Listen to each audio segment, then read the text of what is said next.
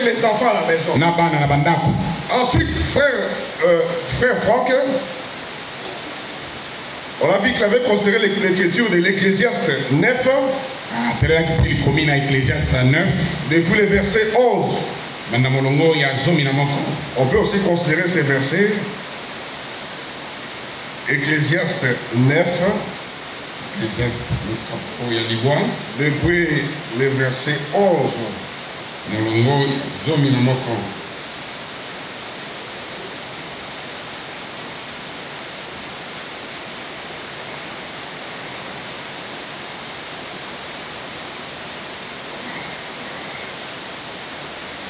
J'ai encore vu sous le soleil que la course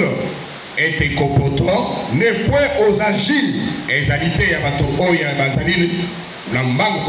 ni la guerre aux vaillants, ni l'épée aux sages, ni la richesse aux intelligents, ni la faveur aux savants, car tout dépend pour eux du temps et des circonstances. Frère Franck, en considérant ces versets, il dit ceci. Il dit, que veut nous dire Dieu à travers ces versets? Il dit, qu'est-ce que Dieu veut nous parler lorsque nous écoutons ces versets? Il dit, Dieu veut nous dire que ce n'est pas ta course, ni la mienne, ce n'est pas ton savoir, ou les miens, ce ne sont pas tes capacités, ou les miennes, mais ce qu'il dit ici, c'est que tout dépend du temps et des circonstances. Il dit, oh, nous connaissons celui qui est le Seigneur du temps et des circonstances. Il dit, nous connaissons celui qui est capable de maîtriser les temps et les circonstances. Il dit, nous guéririons de nos maladies, nous guéririons dans toutes circonstances, si nous regardons au Seigneur. Si son temps et son air ont sonné, alors il changera la cour des choses. Les circonstances ne feront plus d'obstacles.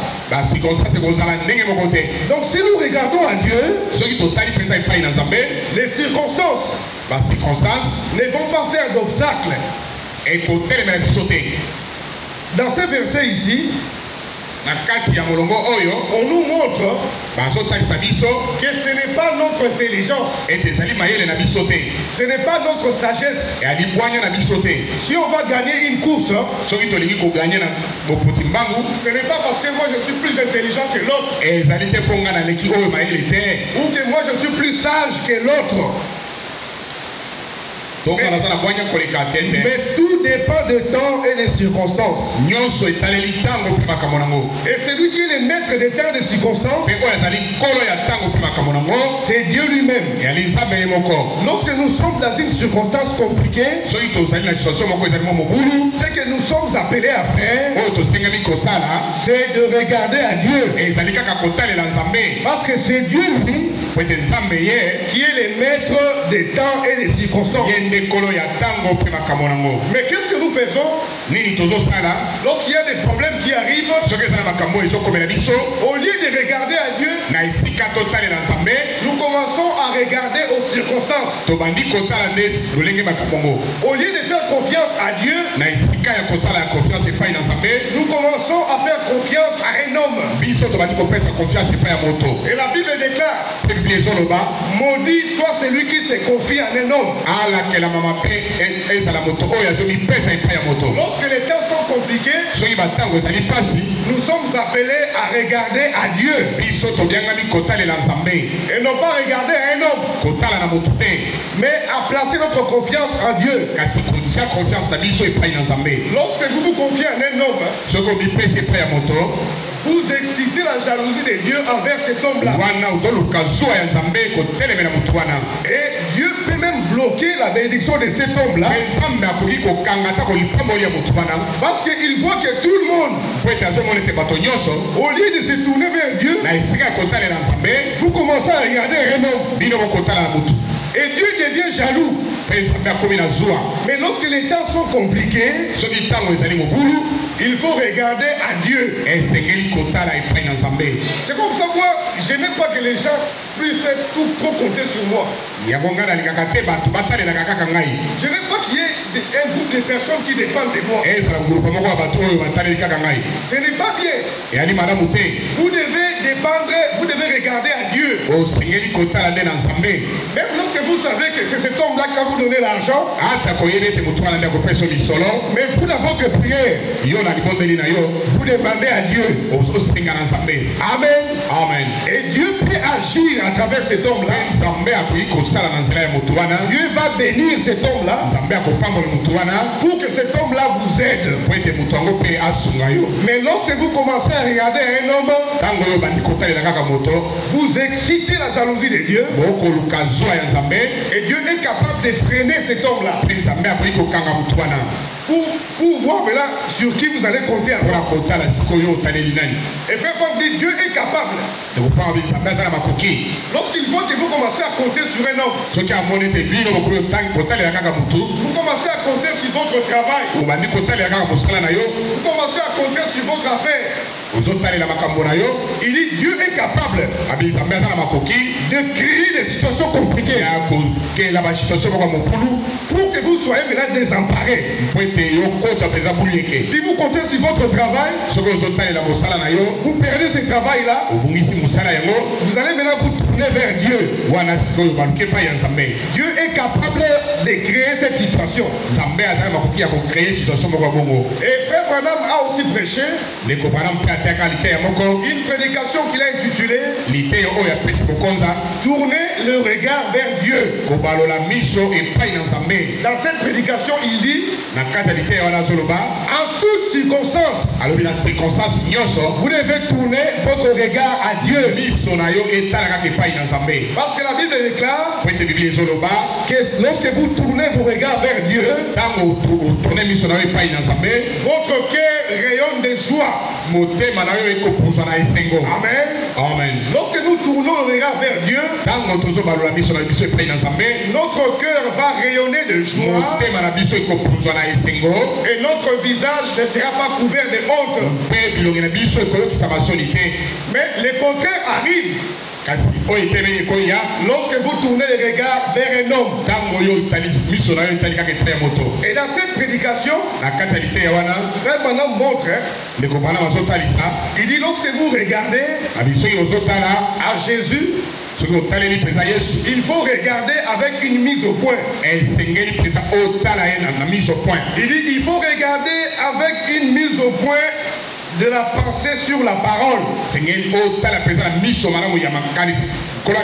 Si vous lisez la prédication de Frère Branham, tournez le regard vers Jésus. Vous commencez la lecture à partir du paragraphe 100 jusqu'au paragraphe 139. Il explique, il dit, lorsqu'on tourne les regards, ce n'est pas tout le monde qui peut voir. Il prend son exemple. Il dit, vous ne voyez que ce que vous désirez voir. Lorsqu'on tourne les regards vers Jésus, on verra Jésus que si en nous il y a une partie de Jésus. Amen. C'est-à-dire qu'on ne peut voir Jésus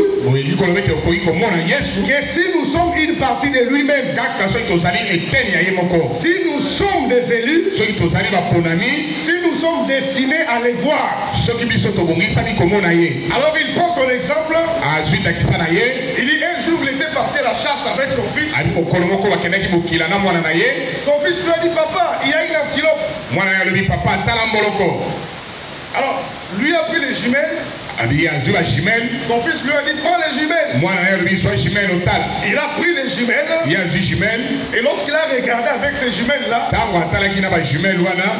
au lieu de voir une seule antilope, Frère Branham a vu 10 antilopes. Il a dit à son fils, moi je vois 10 antilopes. Son fils lui a dit non, il n'y a qu'une seule antilope. Alors pourquoi il a mis 10 antilopes? Il dit c'est parce que les jumelles n'étaient pas mises au point. Lorsque les jumelles ont été mises au point et qu'il a regardé, il a vu une seule antilope comme son fils. Alors il dit les enfants d'Israël, lorsqu'ils avaient péché, Moïse avait élevé un serpent d'airain. Lorsque le serpent brûlant les mordait, il fallait qu'il regarde au serpent d'airain qui était placé sur la perche. Mais aujourd'hui, Dieu nous demande de regarder à Jésus-Christ avec les yeux fixés sur la parole. Lorsque nous regardons, pour que nous voyions Jésus, il faut que nous regardons avec la foi. Il faut que nous regardons avec la nouvelle naissance. Il faut que nous regardons avec la promesse pour notre jour.